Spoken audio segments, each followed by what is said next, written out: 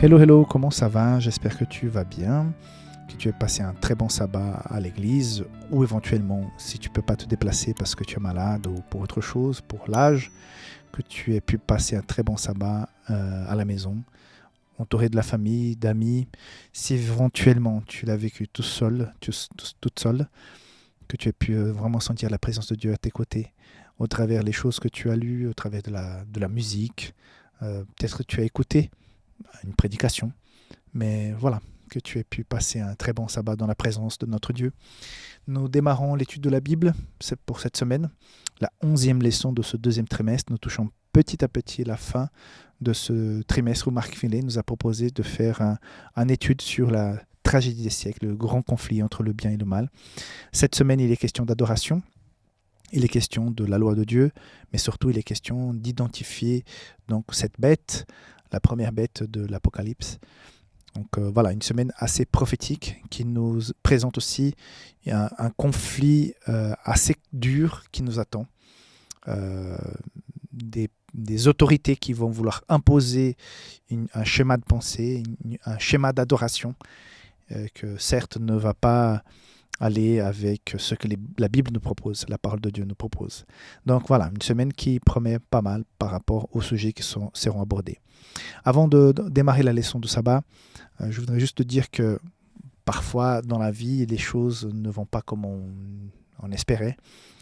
Peut-être éventuellement en ce moment tu vis quelque chose que tu n'attendais pas, que c'est très dur. Peut-être tu souffres énormément. La seule chose que je peux te dire en ce moment, je n'ai pas de baguette magique, j'ai juste la foi magique, entre guillemets. À chaque fois que les choses se corsent, normalement, on doit chercher davantage Dieu. Donc je t'invite peut-être à ne pas te désespérer, ni à chercher à gauche et à droite une solution rapide, humaine, mais qu'avant de recevoir, de trouver, de négocier, voilà, une quelconque solution, que tu puisses passer du temps dans l'adoration. Dieu, voilà, je souffre, je passe un souci, j'ai un souci énorme, mais que tu puisses m'aider, je mets entre tes mains ces problèmes et que tu puisses vraiment respirer calmement, mettre ces problèmes entre les mains de Dieu, passer un temps dans la lecture, dans l'écoute des chants, dans l'adoration. Et voilà, que tu puisses mettre davantage Dieu dans ces affaires qui parfois nous font souffrir. Voilà, c'est le message avant la leçon que je voudrais te laisser aujourd'hui, que Dieu vraiment puisse te bénir grandement et que cette leçon puisse aussi nous inspirer à être fidèles à Dieu. Voilà, si tu es prêt, nous commençons avec la leçon du sabbat. Donc, la leçon du sabbat, nous allons avoir comme verset à mémoriser Jean 17, 17, qui nous dit ceci: « Sanctifie-les par la vérité, ta parole est la vérité. » Or, à partir du moment que nous sommes croyants vraiment Jésus dans son ministère, Jésus dans sa façon de présenter, nous a toujours invités à respecter la parole, à la parole. À plusieurs reprises, il fait des références à l'Ancien Testament. C'est quelqu'un qui a appris la parole auprès de sa maman et que tout de suite après, par inspiration divine, je crois fortement, il a donné beaucoup de son temps à l'étude de la Bible. Il connaissait beaucoup les prophètes, les écrits prophétiques de l'Ancien Testament. Donc, Jésus nous a donné l'exemple. Et là, cette semaine, il est question d'être fidèle à Dieu, d'être un vrai adorateur et surtout savoir à qui nous adorons. Et tout cela passe par la parole. C'est vrai que nous apprenons beaucoup de choses que nos parents, nos ancêtres, l'école, le monde en général nous enseignent, mais c'est quand on voit l'exemple. Des théories, on en a beaucoup, mais quand on voit l'exemple, c'est pour ça que c'est surtout les parents qui nous marquent. Quand les parents nous disent des choses et qu'ils font ce qu'ils disent, c'est puissant, quoi. Ça touche parce qu'on voit dans la pratique ce qu'ils nous ont dit dans la théorie. Mais quand les parents disent une chose et puis ils font une autre, c'est la même chose quand des leaders religieux, quand on voit des gens qui disent « Ah, il faut vivre comme ça » et finalement à côté, on se rend compte qu'ils ne vivent pas de tout ce qu'ils prêchent. C'est un découragement. Alors, la parole de Dieu, elle ne ment pas. La parole de Dieu, c'est un ancre qui nous aide à vraiment rester à la bonne place. Et c'est pour ça que quand on s'attache à la parole, Ça nous aide beaucoup, beaucoup à créer des paramètres qui sont des paramètres moraux, des paramètres de valeur de vie, de comportement. Ça change complètement la façon comme la personne fait face à la vie et comme elle vit la vie. Et voilà, la parole est la vérité. Donc si nous sommes dans la vérité, ça va nous aider à faire les choses comme il faut. Et c'est pour cela que ça va être très compliqué quand on va nous dire, écoutez, c'est bien ce que dit la Bible, mais nous disons que.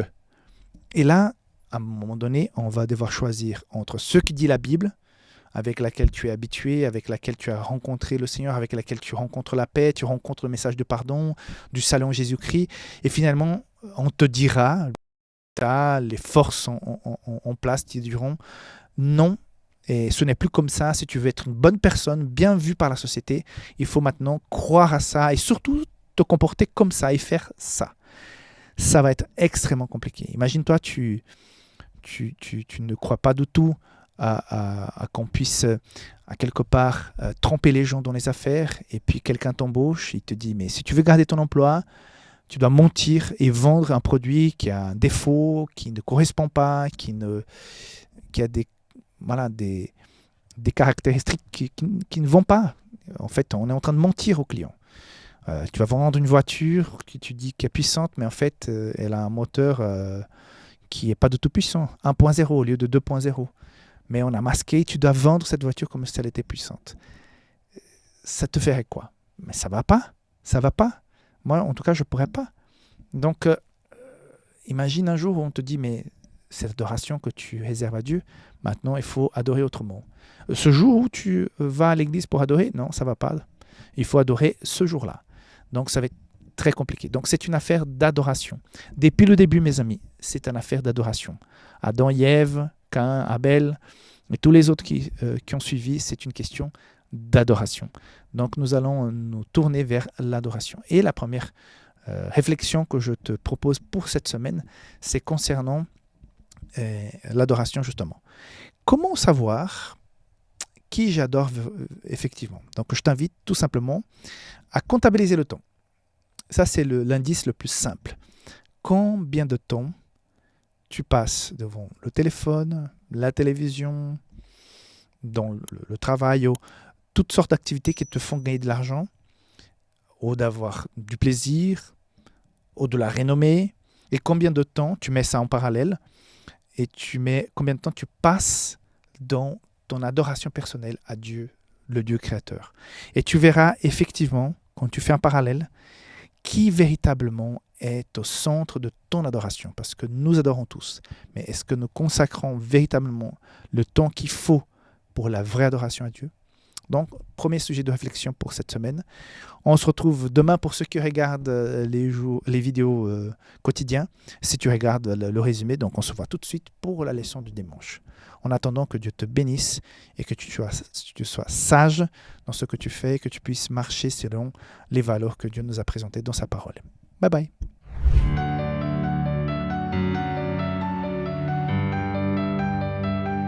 Voilà, pour cette leçon du dimanche, il y a 3 versets bibliques qui sont importants. Donc, je vais les lire d'un coup. On va commencer par le message du premier ange, Apocalypse 14, verset 7. Bon, ça commence au verset 6, mais surtout, après le verset 7, il disait d'une voix forte, « Criez Dieu et donnez-lui gloire. » Très bien, donnez gloire à Dieu. Par contre, il suit. Car l'heure de son jugement est venue. Donc, c'est quelque chose, un cri, une annonce, un message pour le temps de la fin. Hein? L'heure de son jugement est venue. Le jugement de Dieu, nous savons ce que Jésus est en train de faire en ce moment. Après 1844, il est en train de faire son jugement investigatif, comme on dit. Donc, si l'heure de son jugement est arrivée, c'est qu'en fait, il est fini, il va être annoncé et tout ça. Okay? Donc, on parle de temps de la fin. Et par la suite, il est dit, « Y adorer, c'est lui. » Donc, on va remettre l'adoration au centre. Donc, dans ce moment de la fin, à l'arrivée du jugement, il va falloir craindre Dieu, mais surtout aussi l'adorer. Okay? Mais qui devons-nous adorer? La fin du verset nous le dit. Celui qui a fait le ciel, la terre, la mer et les sources d'eau. Donc, c'est le Dieu de la création. Donc, dans un seul verset, il nous a dit qu'à la fin des temps, il sera question d'adoration. Et dans cette adoration, nous sommes invités par la Bible à adorer le Créateur. Ok ? Voilà. Par contre, on va aussi, dans le chapitre 12, verset 17, nous expliquer que ça ne va pas être si simple que ça, parce que le dragon fut hérité contre la femme. La femme, nous savons déjà, c'est l'Église, le dragon, c'est Satan. Et ils sont allés faire la guerre au reste de sa postérité. La postérité de l'Église, le reste, c'est nous les chrétiens. Le fils de la femme, c'est Jésus. Et voilà. Il le suit. Mais comment va-t-on identifier ces personnes, cette postérité ? C'est ceux qui gardent les commandements de Dieu et qui ont le témoignage de Jésus. Donc, ceux qui gardent les commandements de Dieu. Et quand on parle de commandements de Dieu, on se rappelle surtout de Jacques, chapitre 1, verset 10. C'est lui qui néglige un, néglige tout. Donc, on est en train de parler des valeurs, de toutes les valeurs qui sont comprises dans les 10 commandements, qui représentent le caractère de Dieu. Ok ? Et le témoignage de Jésus, c'est l'esprit des prophéties, l'esprit du message, du Saint-Esprit qui vient à travers des personnes qui ont rédigé le contenu de la parole de Dieu et aussi les écrits prophétiques. Mais maintenant aussi, dans Apocalypse 14, verset 12, c'est ici la persévérance des saints. Encore une fois, saints, ce sont ceux qui sont séparés pour quelque chose de spécifique. Dans ce cas ici, c'est pour l'adoration de vrai Dieu. C'est ici la persévérance des saints qui gardent, encore une fois, quoi ? Comment va-t-on reconnaître ces saints, ces personnes séparées ? Ceux qui gardent les commandements de Dieu et la foi de Jésus. Foi de Jésus. Bon, on a déjà expliqué dans les leçons précédentes ce que ça veut dire, mais voilà, un conflit à la fin des temps concernant l'adoration entre le vrai Dieu créateur et d'autres dieux qui seront créés. Et la base de cette adoration, pour identifier ceux qui sont fidèles à cette vraie adoration, ils sont rattachés donc à la loi de Dieu, aux valeurs de la parole de Dieu, et aussi à la question du témoignage de Jésus. Donc, ces aspects sont extrêmement clairs par rapport à ce qui nous attend. Donc, dans la pratique, ça veut dire quoi ? Ça veut dire que, mon cher ami, à un moment donné, dire que nous adorons le Créateur, la création, une création en 6 jours, que nous croyons que les commandements de Dieu, où il est dit qu'il ne faut pas mentir, que tout le monde est d'accord, qu'il ne faut pas porter un faux témoignage, qu'il ne faut pas voler, qu'il ne faut pas tuer, on est tous d'accord, mais qui dit aussi qu'il ne faut pas adorer d'autres images, il ne faut pas adorer d'autres dieux, qu'il faut adorer celui qui est le Créateur, qu'il faut observer le sabbat, qui est un jour, un signe, un pacte, une alliance, un signe d'alliance entre Dieu et les hommes. Ils vont dire non, ça c'est trop. Oui, les autres, où on est gentil, on est bon, les uns avec les autres, tout va bien. Mais quand il est question des 4 premiers, surtout sur l'adoration d'images, d'autres dieux, et puis cette question de sabbat, c'est ridicule, on est dans des temps modernes et tout ça, il faut tout simplement se sentir dans son cœur. Donc, à un moment donné, aujourd'hui, il y a déjà des soucis comme ça, parce que quand on explique certains sont méfiants, ne croient pas, et ils vont même se moquer de nous. Okay, mais quand ça va passer de la moquerie à la persécution, tout de suite, on va se sentir moins bien, parce que et ça va dans un crescendo. Je ne pense pas qu'on va passer du jour au lendemain.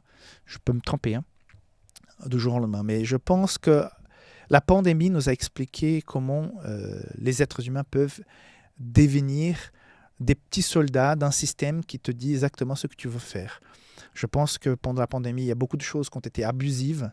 Il y a quelque part, ça a été un grand laboratoire, et les pouvoirs publics ont compris que parfois, quand ils dictent des choses, quand ils sont incisifs et que les moyens de communication les suivent, on peut rythmer le comportement des gens, on peut les imposer des choses invraisemblables.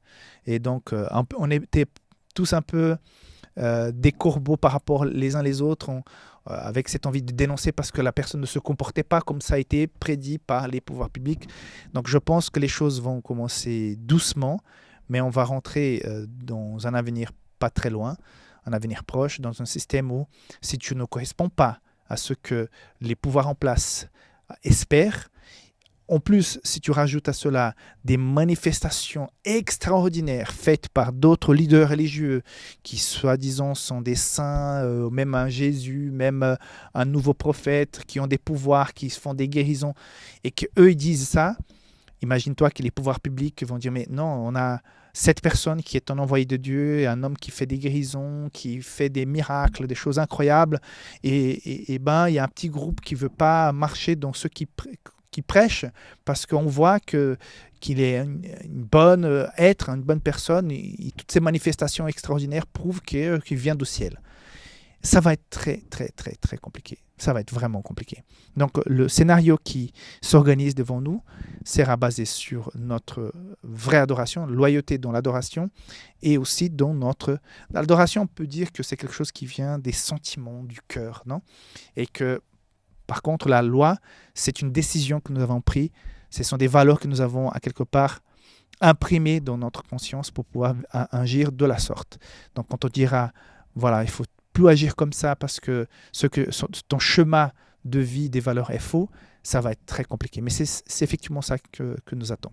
Voilà ce que me fait réfléchir par rapport à cette leçon de lundi. Je sais que c'est un peu lourd de parler de ces choses, mais il vaut mieux être informé que ne pas imaginer ce genre de choses. Ça va, à mon avis, ça va arriver et ça ne va pas tarder, puisque cette expérience avec la pandémie, comme je vous ai dit, je crois qu'elle a servi. C'est un truc mondial. On ne peut pas dire que la pandémie n'a pas quelque part un rapport avec les préparatifs pour la fin des temps. Pour moi, c'est évident. Donc, tel comme nous avons vécu, tel comme nous avons été contrôlés, imagine-toi, c'est tous les pouvoirs publics, avec les autorités, avec un mélange de pouvoirs religieux qui est là, et qui va dicter des choses, ça va être vraiment, vraiment compliqué. Mais si je suis dans la vérité, comme dit le verset mémorisé, je n'ai rien à craindre. Ça va être compliqué, mais ça ne va être pas impossible. Et j'espère que nous serons tous fidèles à Dieu dans ces moments d'épreuve, parce que ça va demander vraiment une grande confiance. Et ça, il faut la cultiver dès à présent. Ce n'est pas un truc qu'on va faire comme ça. Oups, à partir de maintenant, je suis fidèle. Il faut à quelque part vivre une expérience assez régulière avec Dieu pour être vraiment costaud, spirituellement parlant, quand ces choses arriveront. Voilà, on se voit demain pour la suite de ce sujet, et d'ici là, sois sage, marche avec ton Dieu, aie un moment de communion avec Dieu, et fais ton travail de témoin, parle aux autres, vis ta foi pour que d'autres puissent aussi connaître ce Jésus merveilleux que nous connaissons. À demain, bye bye.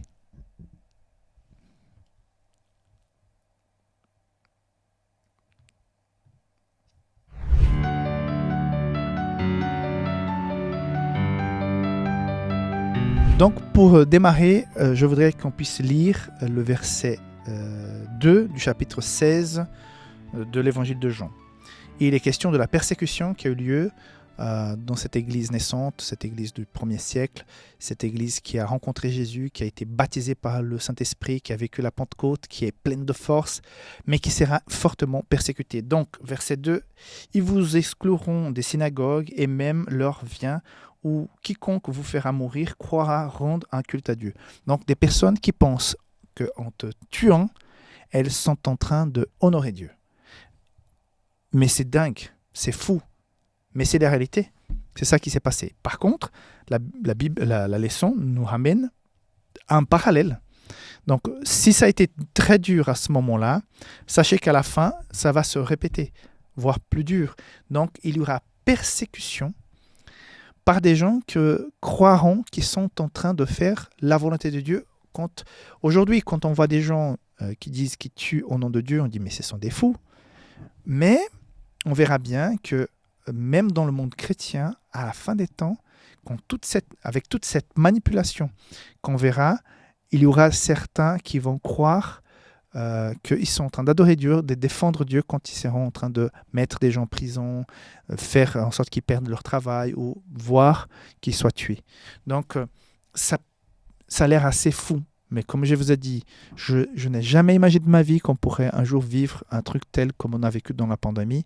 À partir de là, je suis plus ouvert à croire que des choses invraisemblables puissent un jour arriver.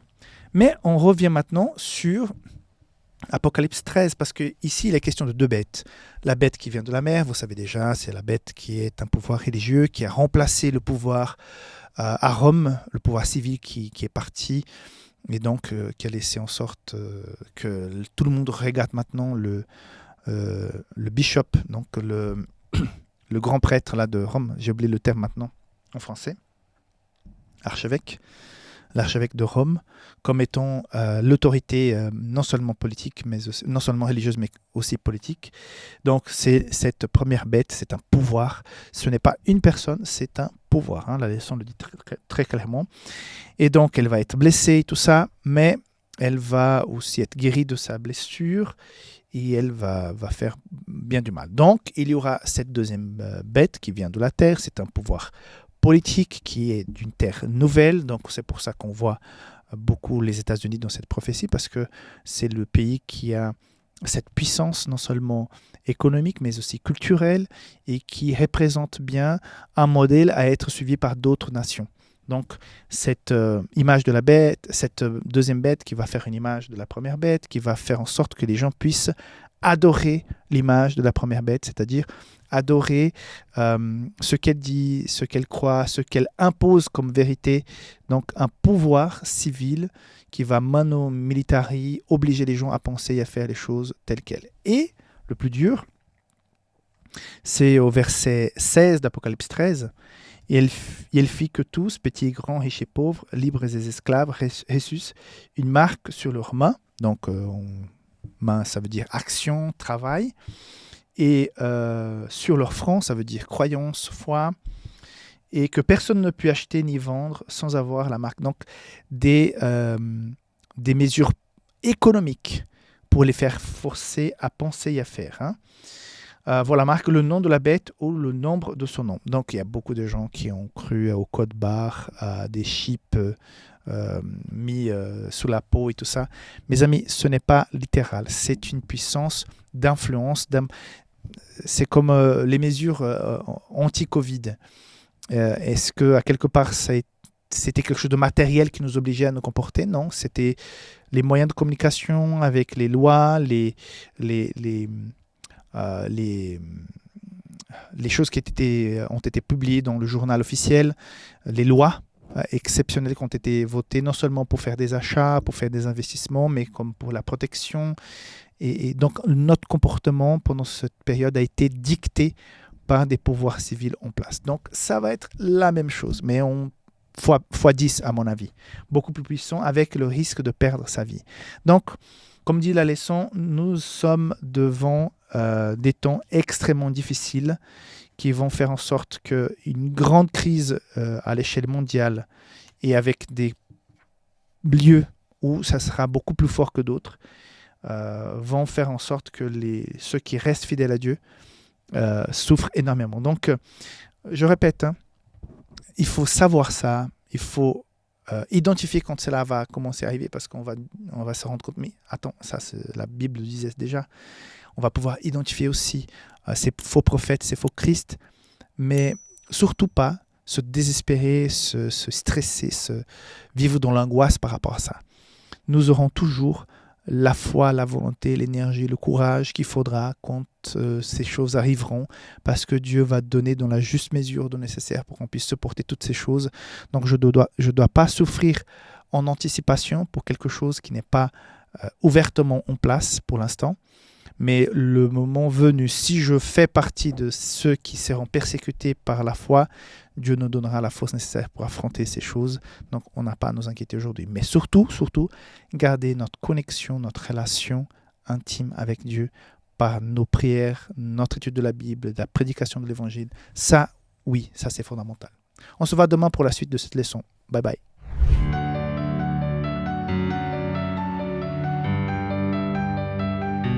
Donc, pour cette leçon d'aujourd'hui, il est question d'Apocalypse 13, la première bête. On se concentre sur cette bête aujourd'hui. Donc, on va lire plusieurs versets du chapitre 13. Tout d'abord, avant d'attaquer le 13, le 12, il est question, au début du 12, il est question de cet enfant qui devait naître de la femme. La femme, c'est l'Église. Et que ce dragon voudrait aussi l'attaquer, le dévorer. On va retrouver ce dragon, cette puissance maléfique dans le chapitre 13. Au verset 1, il est dit que voilà une bête qui monte de la mer, vous savez déjà ce que ça veut dire. Il y avait des cornes, des diadèmes, tout ça, il y a des significations. Elle était semblable, et ça c'est très important, léopard, ses pieds étaient comme d'un ours et sa gueule comme celle d'un lion. Un rappel de Daniel 7 où on voit toutes ces bêtes qui représentent les différents royaumes qui ont plus ou moins dirigé le monde ou influencé le monde dans différentes époques. On voit donc que cette bête, elle est le résumé, elle vient de la lignée de ses pouvoirs. Verset 3, il est question de cette tête qui a été blessée à mort. Cette blessure a été guérie. Nous avons déjà vu ça quand Napoléon, on voit Berthier attaqué et emprisonné. Donc, par cette bête, ils vont adorer le dragon. Voilà, ce dragon de chapitre 12, on le revoit ici. C'est celui qui donne le pouvoir à la bête. Donc, voilà, on a un pouvoir religieux qui va, de façon dissimulée, inviter les gens à adorer le dragon. Le dragon, c'est qui? C'est Satan. Et ce pouvoir va avoir beaucoup d'influence, va persécuter les gens, il va aussi être blessé, mais il va être guéri. Donc on voit là une description assez claire de cette église qui a dominé le Moyen-Âge, qui a contrôlé, on va dire, contrôler, manipuler, obliger les gens à se comporter et à faire des choses telles selon leurs croyances. Mais, verset 5, de sa bouche va sortir des choses arrogantes et des blasphèmes. Il lui était donné le pouvoir d'agir pendant 42 mois. Donc on a déjà vu les 1260 ans où l'Église va énormément persécuter ceux qui ne croient pas comme elle dit qu'il faut croire.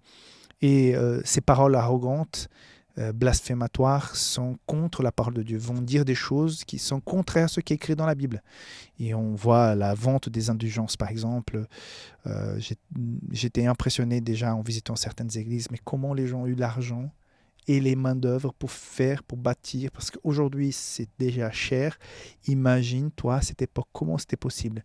Parce qu'il y avait une puissance, mais une puissance religieuse, quelque part politique aussi, qui manipulait la politique, on va dire, qui a fait en sorte que cela puisse devenir quelque chose de possible. Donc, verset 7, il fut donné de faire de la guerre aux saints et de les vaincre. Il fut donné autorité sur toute tribu, tout peuple, toute langue et toute nation. Donc, voilà, verset 8 parle de l'adoration. Il est très clair pour moi que dans cette première partie de l'Apocalypse 13, on est en train de parler d'une puissance religieuse qui vient après les pouvoirs politiques, militaires, civils, qui a été Babylone, Mède-Perse, et puis les Grecs et les Romains. Quand la leçon le commente, quand la capitale de l'Empire romain part à Constantinople, c'est vrai que le pouvoir religieux reste à Rome, et petit à petit, comme il y a le pouvoir, l'Empire romain va petit à petit échouer. Donc il est vrai que les gens continuent à regarder historiquement, à regarder à Rome, et c'est vrai que ce directeur spirituel de Rome à cette époque va prendre une certaine place, une certaine importance, et petit à petit va devenir une référence mondiale. Donc on voit exactement ce que dit la Bible, ce dragon qui fait en sorte que cette bête de la mer puisse prendre une grande place, influencer des siècles et des siècles d'histoire, tous ceux qui vivaient sous son empire. Donc, et jusqu'aujourd'hui, on voit qu'il y a beaucoup d'influence, de pouvoir, pas comme auparavant, on est tous d'accord, mais justement, la leçon cette semaine nous dit que ce pouvoir va revenir. Il y aura plusieurs chemins différents qui vont amener à que, à nouveau, cette puissance religieuse puisse à nouveau avoir du pouvoir, de l'influence sur les puissances civiles et militaires et politiques qui vont les suivre. Donc c'est tout à fait impressionnant d'étudier ça et de voir que la Bible dit très clairement. Et quand je vois tout ce qui s'est passé par le passé, et on voit que toutes les prophéties, ce qui a été décrit, s'est accompli, j'ai confiance que ça va se passer comme ça. Et le plus important, c'est d'être connecté au Seigneur, de garder sa foi, d'avoir cette relation avec lui aujourd'hui. Si jamais de notre vivant, nous sommes invités à vivre ça, à prendre position pour Dieu, qu'on puisse avoir plus d'amour pour notre vie spirituelle, pour notre salut, que pour des raisons matérielles et humaines. Il est vrai que quand, par exemple, notre famille, nos enfants seront peut-être en péril ou en disgrâce parce que nous sommes des adorateurs du Dieu créateur, nous adorons et nous croyons aux 10 commandements, nous adorons Dieu le jour du sabbat et ça va poser problème, ça va être très compliqué. J'avoue, ça va être très, très compliqué, mais pas impossible. Si dans le premier siècle, comme on a vu dans la leçon de dimanche, si dans le premier siècle, l'Église a supporté, et cela a été en fait une bénédiction pour que d'autres personnes puissent connaître le Christ, ça va être la même chose. Ça va être dur, compliqué, mais ça va susciter des interrogations, et d'autres personnes passeront aussi à croire dans ce Dieu, même au péril de leur vie, parce qu'il y a eu des fidèles qui ont su se mettre à côté de Dieu, malgré toutes les conséquences. Voilà, c'est vraiment prophétique la leçon de cette semaine, mais c'est important qu'on puisse réviser tout cela. Ok ? Voilà, que Dieu te donne une belle journée, que tu puisses vraiment vivre ça dans la paix, dans la joie, et on se voit demain pour la prochaine leçon. Bye bye.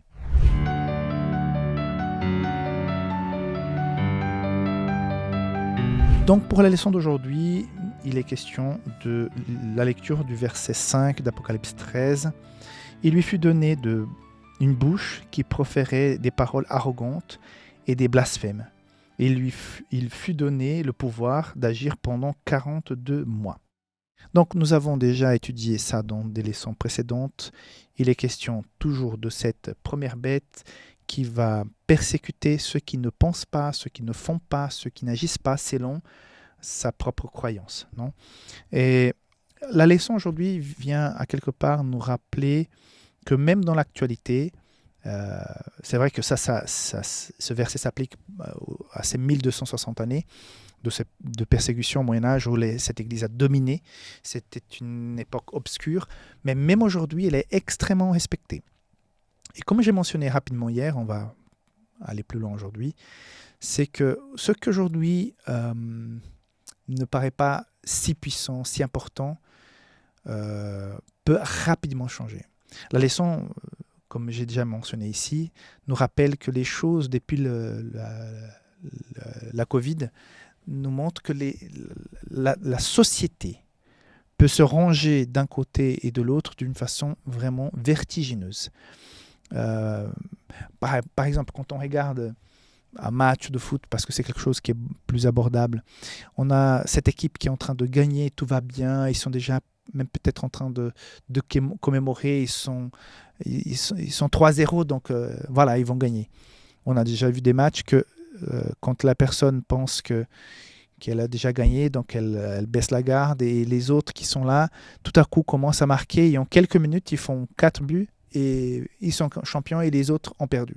Donc tout à coup, tout semblait aller dans telle direction, mais voilà, il y a un changement dans la tête des joueurs. Certains ont cru, d'autres n'ont pas cru, et tout à coup, tout a changé, tout a basculé.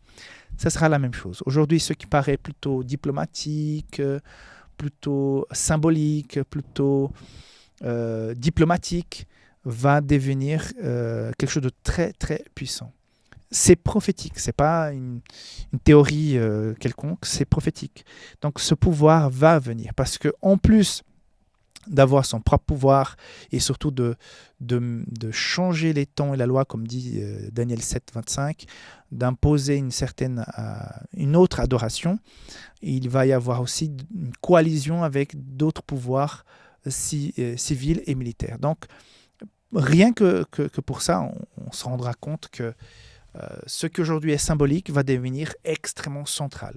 Comment ? J'ai quelques pistes, je vous ai déjà mentionné certaines, mais je pense qu'il y aura des manifestations extraordinaires qui vont faire en sorte que les gens passeront à croire que c'est la voix de Dieu, c'est le pouvoir de Dieu, c'est Dieu lui-même qui est là assis dans ce trône, dans cette ville qui est Rome. et qu'à partir de là, donc, il faut faire, il faut croire, il faut agir en conséquence. Je crois qu'il y aura des manifestations surnaturelles, invraisemblables. Mais ceux qui connaissent la parole de Dieu vont dire, mais tiens, ça ne correspond pas à ce que dit la Bible. Tiens, il est en train de dire, cette puissance merveilleuse qui fait des trucs invraisemblables est en train de parler et de faire des affirmations qui sont contraires à la parole de Dieu, qui vont à l'encontre de ce que dit Dieu dans sa parole. Donc, on va se méfier. Voilà, c'est en résumé ce qui dit la leçon de mercredi sur cette identification de cette première bête qui monte de la mer. Donc un pouvoir là, je résume, un pouvoir qui au départ était politique, qui va devenir religieux, qui va prendre une immense place, qui va dominer tout le Moyen-Âge. Aujourd'hui est un peu affaibli, même si elle est respectée, mais qui va reprendre rapidement des couleurs d'une façon fulgurante. Ok ?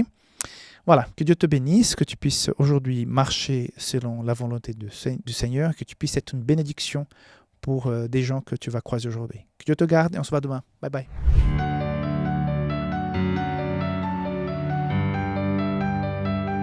Donc pour cette deuxième bête, pour pouvoir bien l'identifier, je t'invite à lire Apocalypse chapitre 13. On va donc au verset 11 qui dit ceci. Puis je vis monter de la terre une autre bête qui avait 2 cornes semblables à celles d'un agneau, mais qui parlait comme un dragon. Donc c'est exactement une très bonne description de cette deuxième bête, parce que ce n'est pas la première. La première vient, comme on a déjà dit, vient de plusieurs périodes où elle était militaire, politique, va devenir donc religieuse, donc de Rome militaire va devenir Rome papale. Et à partir de là, elle a un pouvoir religieux qui va essayer de changer les tons, la loi, qui va essayer de manipuler les personnes, tout ça pendant le Moyen-Âge. Et tout à coup, il y a une nouvelle bête qui surgit. Celle-ci est différente, elle vient de la Terre, une nouvelle Terre qui est celle que nous croyons être l'Amérique, où on va prêcher la liberté, on va prêcher que tout va être beau, gentil, on ne sera plus du tout persécuté, mais qui va devenir par la suite le persécuteur. Donc la description ici est terrifiante. Et verset 12, elle exerçait toute l'autorité de la première bête en sa présence, et elle faisait que la terre et ses habitants adorent la première bête, dont la blessure mortelle avait été guérie. Elle opérait des grands prodiges, même jusqu'à faire descendre du feu du ciel sur la terre à la vue des hommes. Et elle séduisait les habitants de la terre. Donc je m'arrête ici.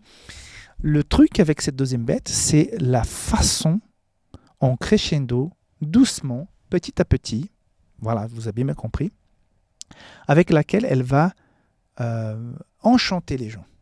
Je crois que ça c'est le mot, enchanter les gens. Les amenant petit à petit à regarder la première bête, à ce pouvoir, à cette puissance comme quelqu'un et quelque chose d'important, de puissant, de véritable, de digne, de référence. Et ça va de plus en plus, de plus en plus, de plus en plus.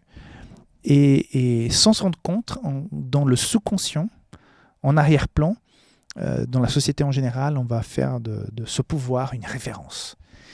Et donc, c'est une espèce de séduction. Je pense, comme quelqu'un qui souhaite amadouiller quelqu'un d'autre en parlant, en faisant des éloges, en essayant de vendre de la fumée à quelque part. Quand cela nous arrive, on se sent blessé, on se sent vraiment enrôlé dans la farine. Ça, c'est pas confortable, mais c'est exactement ce qui va se passer. Donc, d'abord, il y a cette période de séduction. Par contre, ça change après. Il va créer une espèce d'image qui va faire en sorte que les gens puissent adorer la première bête indirectement par cette image. À la fin du verset 15, il fut donné d'animer l'image de la bête afin que l'image de la bête parlait et qu'elle fit que tous ceux qui n'adoraient pas l'image de la bête fussent tués. Voilà, on passe à une deuxième phase.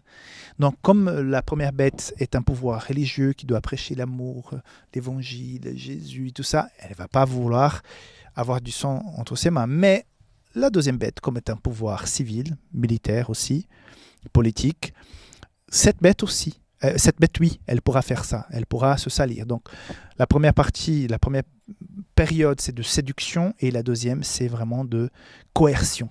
Et là, il a dit qu'elle va même faire tuer ceux qui ne adorent pas de la manière qu'ils veulent, en plus, la première bête. Donc, on voit que ce qui est annoncé dans l'avenir, tout d'abord, c'est une partie religieuse, après, c'est une partie politique qui va essayer de séduire, et finalement cette partie politique va devenir un avocat de la première bête, il va même attaquer avec force ceux qui pensent différemment. Et là-dedans, la loi de Dieu, les valeurs qui sont dans la loi de Dieu et cette signe d'appartenance à Dieu qui est le sabbat vont devenir des éléments majeurs. Observer, adorer Dieu le jour de sabbat et garder ces valeurs, les commandements, ça va être très compliqué parce que ces pouvoirs qui se remplacent, surtout avec les séductions, je pense qu'il va y avoir un faux Christ, qui va venir un Messie, qui va guérir un tas de gens, qui va faire plein de belles choses, entre guillemets, qui va dire non, ceux-là, ils sont...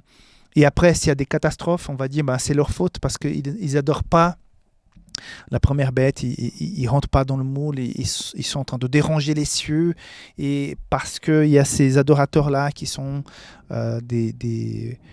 on dit fauteurs de trouble, non? On dit comme ça, qui sont en train de troubler l'ensemble du christianisme, de l'adoration mondiale, l'unité mondiale, de la paix religieuse de tous les peuples. Voilà. Donc ils seront accusés, ils seront persécutés, ils seront même tués pour leur foi.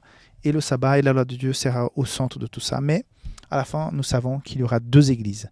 Celle qui garde le commandement de Dieu et ayant la foi de Jésus, et celle qui n'a pas. Donc ça se dessine très clairement selon les prophéties.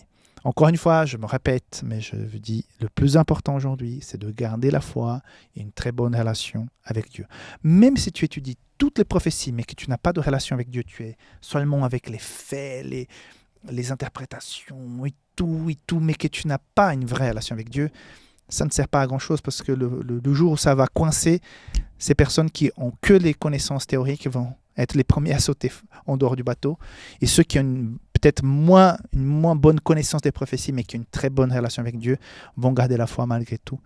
Et c'est pour cela qu'il est très important d'avoir vraiment quotidiennement ce temps de contact, de communication avec le Seigneur. Ok? Que Dieu te bénisse, que tu puisses vivre une belle journée dans sa présence. On se voit demain. Bye bye.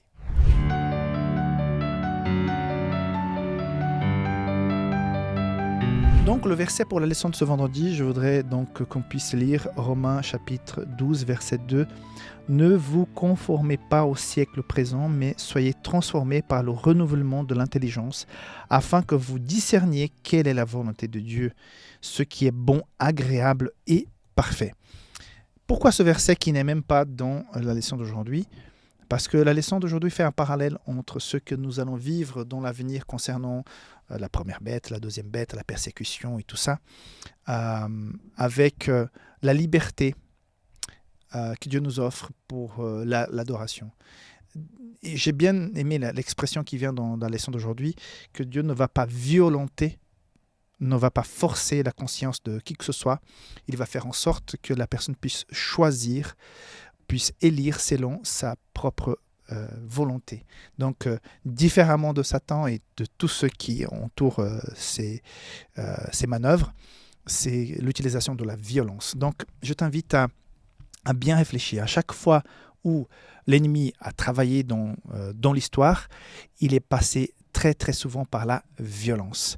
Et tandis que Jésus, dans son ministère ici sur la terre et dans le ministère qui a suivi ses apôtres, on voit qu'il y a l'appel, il y a la prédication, il y a l'expression de sa volonté qui est faite au travers une prédication d'amour, de patience, de pardon, de compréhension, différemment de ce qui fait Satan quand Satan est au pouvoir derrière un autre pouvoir, un pouvoir masqué. Il manipule des gens qui se laissent influencer par lui. Souvent, il passe par la violence, régulièrement. Et donc, la violence sera aussi la langue qui sera parlée à la fin des temps.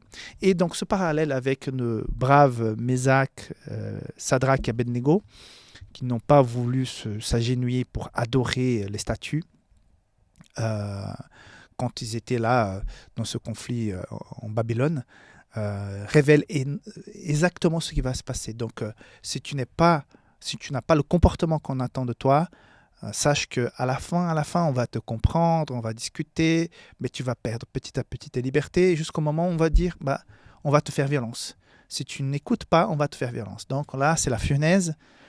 Plus tard, ça sera autre chose. Mais c'est la violence qui va arriver quand Satan est aux manettes. Tôt ou tard, il va appliquer la violence pour faire plier les gens. Donc, c'est assez typique.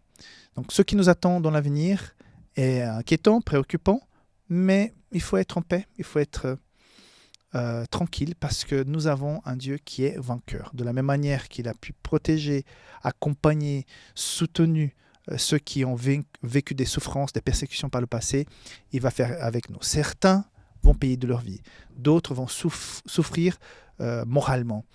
Mais nous savons qu'à la fin de tout, peu importe le chemin et le degré de souffrance que l'un ou l'autre pourra souffrir à ce moment-là, le plus important, c'est qu'une fois quand Jésus revient dans les nuées pour la vie éternelle, peu importe ce que nous avons souffert, beaucoup au moins, le plus important, c'est que nous sommes en train de voir le roi, nous sommes en train d'être sauvés et nous allons vivre la vie éternelle. Donc c'est pour ça que, et ce verset, ne vous conformez pas au siècle présent, parce que nous attendons quelque chose de mieux. Nous attendons quelque chose qui est éternel. Mais malheureusement, il y aura des épreuves ici-bas, il y aura des moments très durs, mais ce qui nous attend après vaut vraiment le défi, vaut vraiment la peine d'être fidèle aux valeurs de Dieu.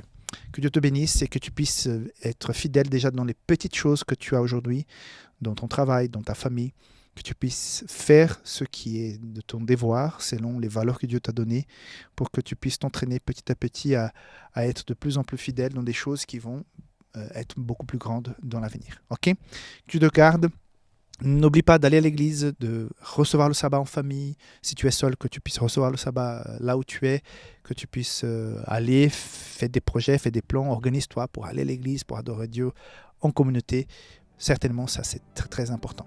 Ok ? Dieu te garde, on se voit la semaine prochaine. Bye bye.